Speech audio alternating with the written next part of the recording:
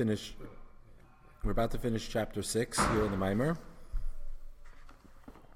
We've said like this that when it comes to serving Hashem and motivation, performing the mitzvahs, so there's a rational approach, and in the rational approach, what it means is not that you perform mitzvahs because they make sense to you, but because we know that all mitzvahs are divine wisdom, and therefore, and since divine wisdom is obviously infinite, God's wisdom is infinite, so we can't ever hope to understand divine wisdom, but we recognize that there is a reason for the mitzvahs, and so therefore we fulfill the mitzvahs because of the reasons that God has for the mitzvah.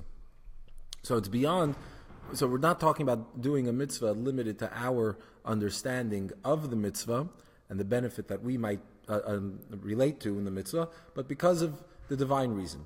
Then we said higher than that is doing the mitzvah because it's divine will, because the mitzvahs are divine will, they're God's will, and will is higher than reason. And so therefore, every mitzvah is God's will, which is beyond reason. So it's not that the mitzvah is, you perform the mitzvah because God has a reason for it, but because it's God's will, which is higher than reason. Nevertheless, both these approaches to serving God are considered rational, because you can make the argument that, it's a compelling argument, obviously, to say you do something that's rational, whether you understand it or not, but you know that it's just beyond your capacity. But even beyond that, the idea of doing a mitzvah because that's God's will, the process through which you get to that conclusion is a rational one. That there's will that's higher than reason, and so therefore you submit to God's will. You have your will. God's will is obviously more important than your own will, and you submit to God's will.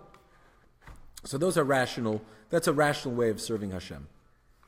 Specifically, these two ways of service that we're calling rational, both whether it's for the reason or whether it's because of divine will, correspond to the levels of Chachma and Bina. Bina, which is the level of where ideas are understood and developed, so that corresponds to this idea of serving God because of the reasoning. Chachma, which is Chachma, which is the highest level, the first stage of intellect, but it's usually referred to as beyond intellect, because in Chachma there's no understanding.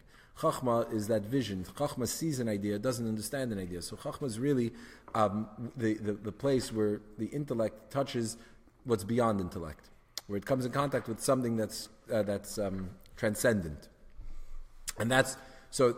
Chachma is the ability to see something that's beyond understanding, and because it's not understandable, or it's not a level of actual understanding, therefore it has the capacity to see something that's beyond understanding.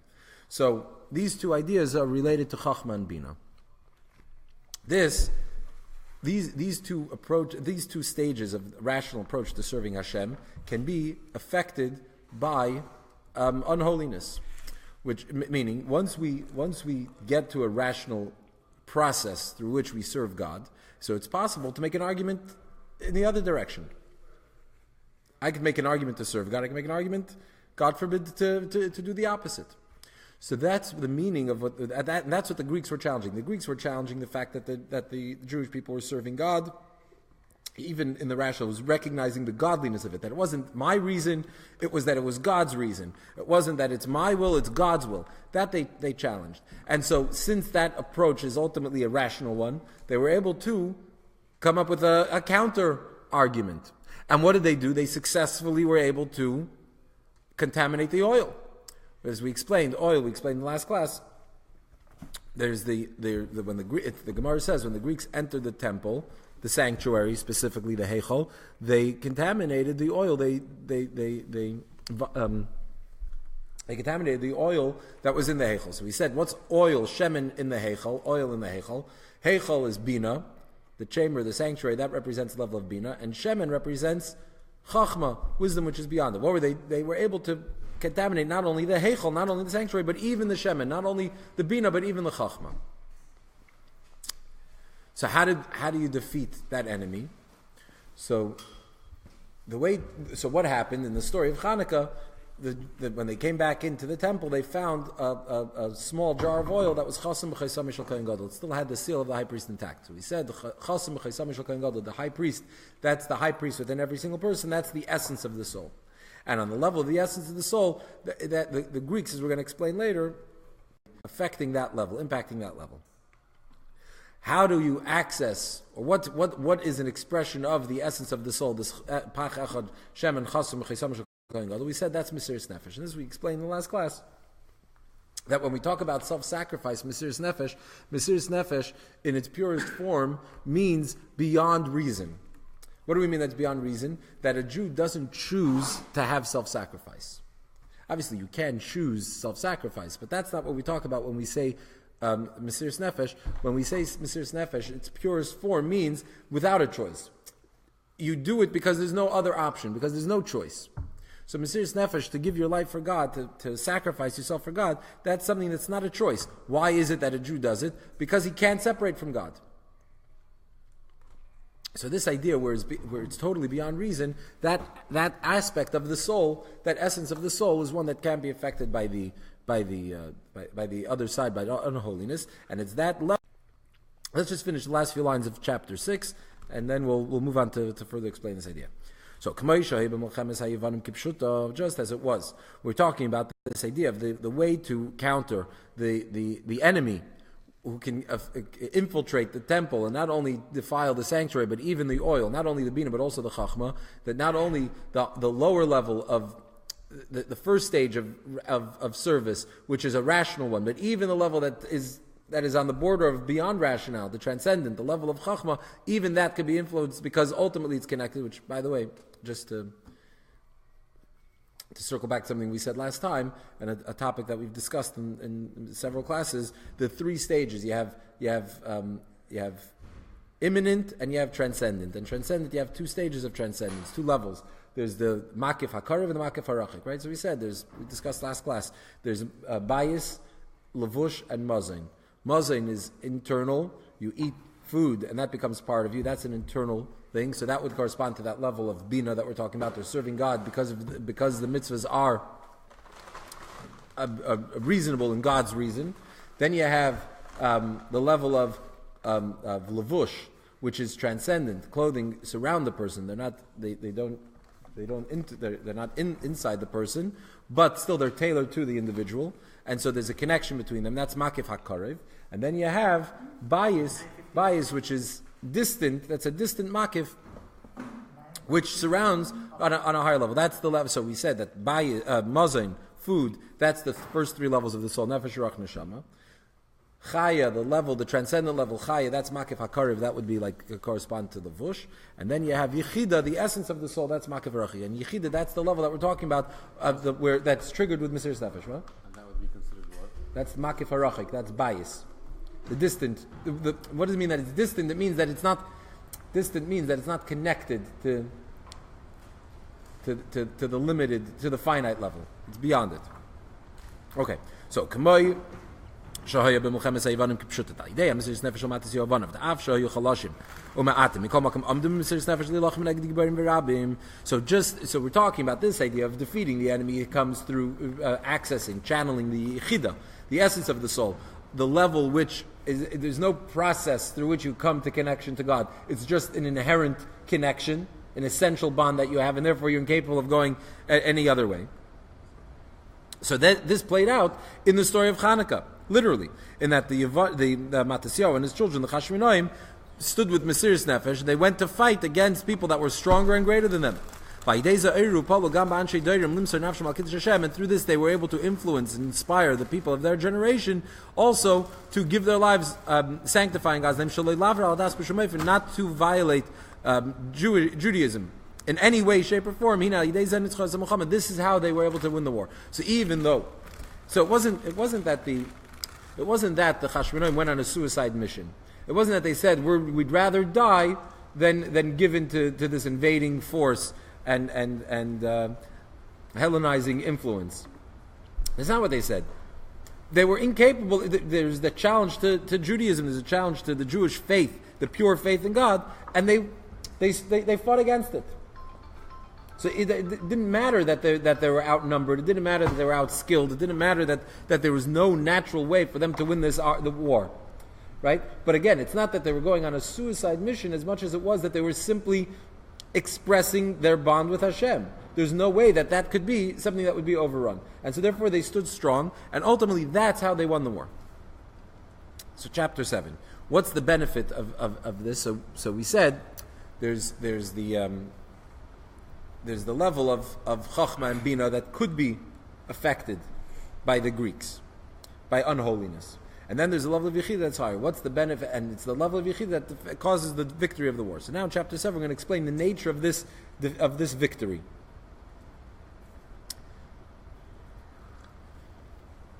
So the victory that comes as a result of self-sacrifice, meaning from accessing the essence of the soul, is a complete victory. We're saying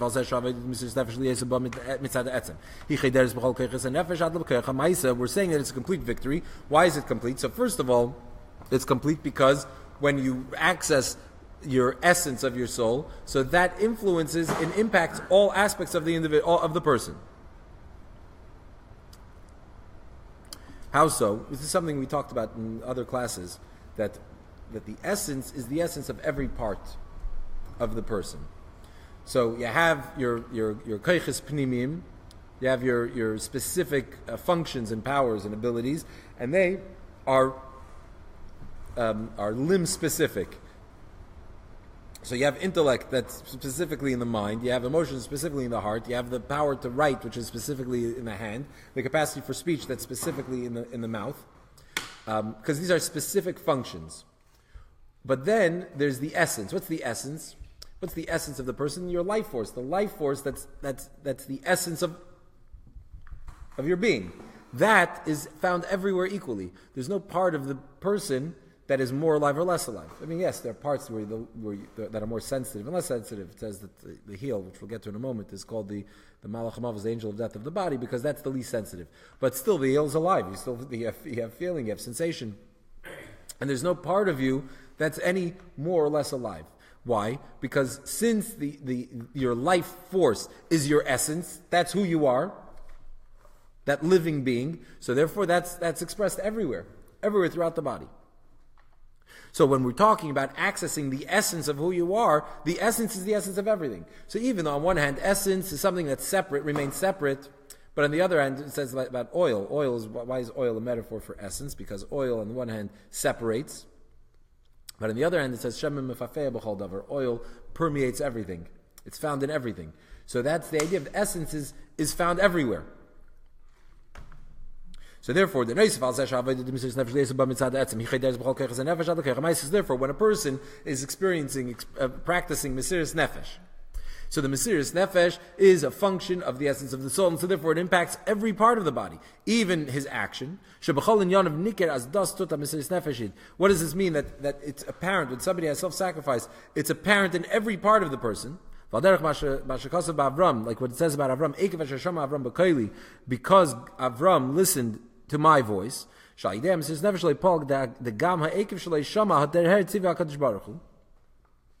there's a story about the Tzemach Tzedek when he was a little child who was learning in Cheder with his teacher, and the Alter Rebbe tested him on what he was learning, and so the Tzemach Tzedek read this pasuk in Bereshis, where Hashem is making promises to Yitzchak, and he says, "Why? What is this all about? Because Avram listened to me." But the word Ekev, which means because, also means heal. So the Tzemach Tzedek translated the verse and said, Ekev Asher Shama Avram B'Koili, that even the Ekev, what was special about Avram, it's not just because Avram listened, but even Avram's Ekev, the Piata, his heel, also listened to Hashem. In other words, Avram was so devoted to God that it was something that was felt in every part of his body. Even his heel listened. Even his heel felt it. So you see, it permeated every part of his being. So that's the idea of essence. That essence has the capacity that even the heel should be able to experience that connection, feels that connection with God, that essential bond. So that's one thing. But furthermore, so that's how it is expressed within man himself. That when a person expresses Mesiras Nefesh, so it's felt everywhere in the body. But we're talking now about the victory. How is it a complete victory? So when it comes to the level of Yechida, the essence of the soul, there's no opposition. We talked about this in the last class. That klipa, that God creates the world and everything is created sort of in a mirror image. So there's a reflection of holiness in the unholy, zel umazeh, and so everything that you find in holiness you find in unholiness. Everything, the same things, and that's where you have these challenges. There's one exception, which is the essence. There's no challenge. There's no counterpart to essence, to the yechida. So you have a counterpart to the rational. You have a counterpart even to the super rational, but you don't find a counterpart to essence. Like we talked about from the Gemara in Gittin about somebody who heard a voice that said, coming from a pit, that said to give his wife a divorce, and the Gemara said, "How do you know it wasn't a demon?" So how do you know whether something's a demon or not? Because it says, "Babua islu, babua du babua laslu." This is just for you. See, that demon representing unholiness could have a shadow. A shadow is not the thing itself; it's a shadow that represents that makif, the transcendent level, but it doesn't have a shadow of a shadow. Meaning the makif, or the makif harachik, like we talked about, that doesn't exist there. That it doesn't have. Sorry? Right. So it doesn't have that. So therefore, when you're talking about yechida, there's no opposition to yechida. What does that mean? When two people are fighting, when you're fighting an enemy, so it's possible for you to defeat the enemy, and you defeat the enemy by suppressing him, by having him retreat back to his land. The problem is that you won the war. The war is over. You've won, but the enemy still exists. It's possible that tomorrow the enemy will mount a counterattack, and maybe they'll win. So even though today you were victorious, but could you say that it's a complete victory, absent of totally eliminating the enemy? It's not a complete victory. So you've subdued him, and you can call it a victory, but you haven't eliminated him. But when you're talking about yechida, to yechida there is no opposition, and so therefore, when yechida comes to the party, when yechida enters the war, there's no counterpart to yechida. So there, you've completely vanquished the enemy, where the enemy ceases to exist. So that's why it's a complete victory. It's possible that when we talk about rationale, a rational service of God, so there's a enemy. Certainly, the unholiness can make a rational argument for following it, God forbid. But even the service that's beyond rationale, even there, it's possible for there to be an opposition. Even the level of chaya, it's possible for there to be an opposition. But when a person awakens and accesses this level of yechida, the essence, it's not possible for there to be a menagid. We're coming just a couple days after. Let's finish this paragraph first, and we'll get back to that. Okay. So that's number. So we said like this: the benefit of winning a war by accessing yechida, by this level of Mesiras Nefesh. First of all, that affects the person entirely, the entirety of the person. But furthermore, the victory itself is complete because on that level there is no opposition. So it ceases to be an opposition altogether. That's a complete victory. But not only is there no opposition, but furthermore, when a person accesses this level, the essence of the soul, this affects even the animal soul. That it as well is transformed from one extreme to the other. That when in the face of the essence, that bond, the essential bond that one experiences with God, that transforms the animal soul as well. So it's not only that there is no opposition to it, but the enemy from that lower level, that less level is transformed. It's transformed and brought over to the side of holiness. This idea is coming from Yutas Kislev just a couple of days ago. So many of the Mamorim Pod of Shalom, which obviously is a Yutas Kislev theme, deal with this idea of Pod of Shalom, of a peaceful victory. And the Pod of Shalom is two types of two aspects of peace. This idea of both that there's no opposition, not only that there's no opposition, but that the enemy himself is transformed into a friend. That's the ultimate form of peace. The ultimate form of peace is not peace through suppressing the enemy, it's through ultimately transforming the enemy. So this will give us a deeper understanding.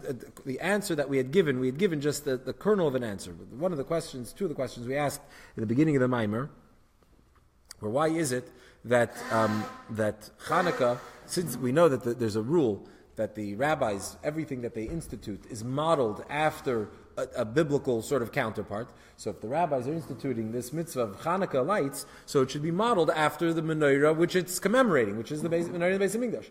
And yet the Menorah in the Beis HaMikdash had 7 branches, and our Menorah has 8. And the Menorah in the Beis HaMikdash was lit during the day, or in the afternoon, Plaga Mincha time, and before nightfall. And our Menorah is lit specifically after nightfall. So it seems to be inconsistent. Why is it not modeled after the Beis HaMikdash? So we gave the idea, the Nakuda, was that the Chanukah lights have the capacity to illuminate the darkness. Now, after this whole lengthy explanation, we can have a deeper understanding and appreciation for what exactly this means. And why it is that the Chanukah Menorah is different than the Menorah of the Beis HaMikdash. Because what's Chanukah? Chanukah, as we saw in the actual story of Chanukah, was Mesiras Nefesh, meaning accessing that level of Yechidah. Higher than any level of order within man. That's why we have 8 candles. The Misper Ches, Kosher, Kanal Sif Aleph, in Bechinas Shalamayla Mishtalshlos, because as we said right in the beginning of the Maimer, 8 represents infinity, 8 represents beyond the natural order. And we explained it there. So therefore, since Chanukah is about accessing Mesiras Nefesh, the essence of the soul, the essence that's beyond the natural order, so that's why it's 8, which is beyond that natural order. This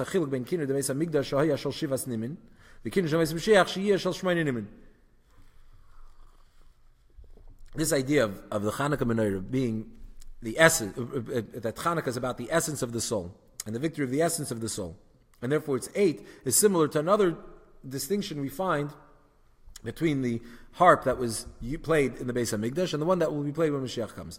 It says that the harp in the Beis HaMikdash had 7 strings. And the one that will be in the times of Mashiach's harp will have 8. What does this mean? The Beis HaMikdash is the holiest place in the world. And especially not only the Beis HaMikdash itself, and obviously many levels, as we also discussed at the beginning of the Maimer, the different levels of holiness within the Beis HaMikdash itself, and especially the harp, which also represents a higher level of holiness. Why? Because the Kinner Shal Beis HaMikdash, what is the function of the harp? Obviously everything in the Beis HaMikdash served the function, had a divine mission. So the harp, the musical instruments that accompany the service, had a specific function. It achieved a certain thing. What was the function of the kinnor, the harp in the Beis HaMikdash? Was drawing Shem Havaya, was accessing and drawing this level of Havaya into the Beis HaMikdash, because the kinnor, Oisius Chavav, Gematria de Shem Havaya, Ner Havaya, Nishmas Adam. The word kinnor is 4 letters. 4 letters are Chav, Nun, Vav, Resh. So it's explained in Kabbalah that Kinnor is the letters of Chav, Vav, and Ner. Chav Vav is 26. That represents Shem Havaya, the divine name. And Ner is a candle. What does this mean? So we know that the godliness that's inherent within the universe, within the created world, that comes from the name Elikim. Bereshis bar Elikim. Beyond, so the godly energy that's in the world is from the name Elikim. But then there's Havaya. Havaya, which we say Havaya because Havaya also implies Mehava as creator, but that's a transcendent level. So the idea is that Kinnor brings the level of Havaya, that transcendent level of godliness, into the world. How does this relate to Kinnor, Chav Vav Ner? Because Ner is Ner Hashem Nishmas Adam. Ner is the candle, Nishmas Adam, which represents souls of man come from Malchus, so it represents sort of the creation. That's Ner. And Chavav, Shem Havaya, that's beyond Hishtalshlus. So that's bringing from beyond Hishtalshlus, from beyond the created forces into creation. That's Kinnor. But if you remember, we quoted from the pasuk from Shmuel, Vavaya Gia Chashki. We said, the pasuk says, David HaMelech is praising God, and he says, Kiata Neiri Havaya, you are my candle, Havaya. Vahavaya Yagia Chashki. And Havaya illuminates the darkness. So we said, what does this mean? There are 2 levels of Havaya. There's the lower Havaya and there's the higher Havaya. Just as we're saying that there's makif hakar and makif harachik, just as we're saying there's reason and then there's beyond reason, and beyond reason you have connected to reason, and then you have beyond reason that's totally removed. And the same idea is with Havaya. We're talking about the creating, the level of Havaya. So with Havaya, you have Havaya de l'sat, Havaya de l'ela. You have the level of Havaya that is completely transcendent, completely removed from creation. Then you have Havaya as he's Mahava, as he is the source of creation. So when we say Kinor, what was the point of the Kinor? Was to take Chavav, the level of Havaya, the transcendent level, the level of God that's higher than creation, and bring that transcendent level into Ner, into Hishtalshus, into creation. But what level are we accessing? The lower level of Havaya. The level of Havaya that's within Ishtalshus. That's why the Kinor of the Beis HaMikdash, the harp in the Beis HaMikdash, had 7 strands. Because even though we're reaching a transcendent level, you're talking about the level of Havaya, but which level of Havaya? The one that's still connected to Ishtalshus. The one that's connected to the natural order, to creation. God as He is creator. And so therefore that's symbolized by 7. Mikol Makim Hurak Shleim was the Seder Ishtalshus. This whole idea is it completes the picture of the perfection of Ishtalshus. The whole idea of taking beyond creation and bringing it into beyond nature, bringing it into nature, but still beyond nature as it's still connected, as it's a source. And that's why it was from 7 strands. But when Mashiach comes, but when Mashiach comes, it'll have 8 strands. Why? Because when Mashiach comes, we'll be able to access and reveal Shem Havaya de Le'ela, the level of Havaya that's even beyond there. And that's expressed in the 8 strands, because 8 is totally beyond Ishtalshus. So you have Ishtalshus. Ishtalshus includes not only finite energy, but even sort of an infinite energy, but one that's still connected to the finite nature. And then there's a level that's totally beyond that. So this is why we have 8 candles. But not only do we have 8 candles, but also we light the Menorah at a different time. In the Beis HaMikdash, they lit the Menorah, Plaga Mincha, when it was still light outside. But the Chanukah, we light the Menorah specifically after it's dark. That we light the Menorah after sunsets. Because it's only through accessing the level of Yechida, the level that's totally beyond Hishtalshus, beyond the natural order, that one has the ability to illuminate the darkness. It's not only that when we talk about this light, the darkness can't conceal the light. It's not only that it can't darken the light and conceal the light, but it also is transformed into light. That's the idea of Havaya Yagia Chashki, that this higher level illuminates the darkness. In other words, the Beis HaMikdash, where we're talking about a natural energy, even when we're talking about Havaya, ultimately we saw that the Greeks came and they defiled the oil, meaning they're able to defile even that level of Havaya. The Beis HaMikdash, even though we're talking about a high level of holiness, but when the Menorah shine, it's shown when it was light outside. Meaning that when there's darkness, the darkness will conceal that light. The light can't shine through that darkness. That light is not strong enough to shine through that darkness. Because it's a light that's connected with the natural order. And the natural order, you have light, you have darkness, and the two, they don't coexist. So it's either light or it's dark. And the light can't penetrate that darkness, can't change that darkness. The light of Chanukah, though, which Chanukah comes through Mesiras Nefesh, we're talking about an essential bond. We're talking about a level that illuminates the darkness. So it's not only that the darkness can't conceal the light, as we said before. It's not just that for the level of Yechida, there's no opposition to it. There's no Lu'umazah, there's no opposition to Yechida, but that Yechida, that transforms even the animal soul as well. Meaning that it transforms the darkness into light. And this is expressed in the next part of the Gemara. So we said that we explained why it's 8 candles, because we're talking about a higher level of transcendence, the higher level of Havaya, and that's why it's 8. And because it's 8, that's also why you light the Menorah when it's dark outside, because that level has the ability to illuminate the darkness, not only not to be concealed by the darkness, but also to transform the darkness, turn into light. And this is why the time period for lighting the Menorah is, as the Gemara says, Ad Kalya Rigla de Tamardoi. The Gemara says, when's the mitzvah of the Chanukah Menorah? So it says, Mitzvas Mishetishka Chama, when the sun goes down, and then till when? So simply, Nigla, if you talk about the halachically, what does it mean? The purpose of lighting the Menorah is Persumei Nisa. We light the Menorah to publicize the miracle of Chanukah.